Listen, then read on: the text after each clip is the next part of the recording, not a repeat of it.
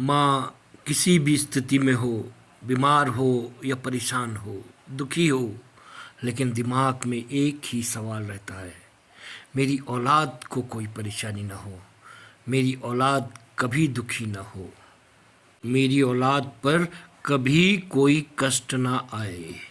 लेकिन दुख तब होता है दोस्तों, जब सेवा करने का नंबर औलाद का आता है और वह स्वयं तो अपनी माँ को प्रताड़ित करता ही है, उसे देख देख उसकी पत्नी और उसके बच्चे भी उसकी माँ के साथ ऐसा ही व्यवहार करते हैं। कभी सोचा है क्या बीतती होगी उस माँ पे, क्या याद करती होगी वो बचपन का समय कि कैसे कैसे मैंने इसके लिए दुआएं मांगी थी, कैसे कैसे इसको पाला था, कैसे इसको बड़ा किया था। क्या खून के आंसू रोती होगी वो माँ। कभी कल्पना करना है दोस्तों, माँ के प्यार को, उसकी भावनाओं को समझने के लिए एक जन्म तो बहुत छोटा पड़ जाता है।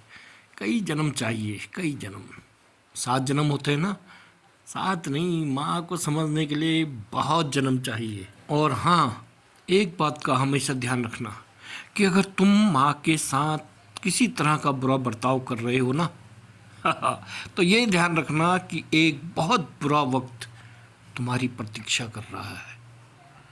क्योंकि कितने भी मंदिरों में घूम लो, कितने भी देवी स्थानों में जा लो, माँ के साथ किए गए बुरे व्यवहार को भगवान भी माफ़ नहीं करता।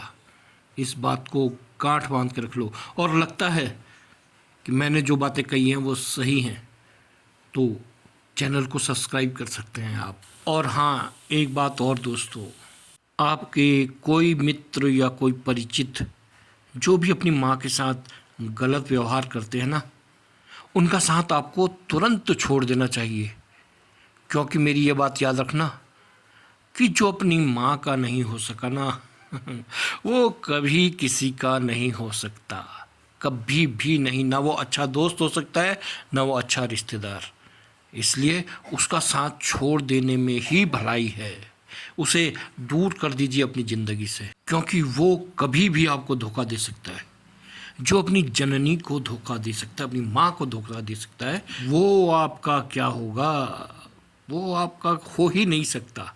छोड़ दीजिए उसका साथ। धन्यवाद दोस्तों, चैनल को सब्सक्राइब कीजिएगा। आपका अपना बूढ़ा कुटी भेजी।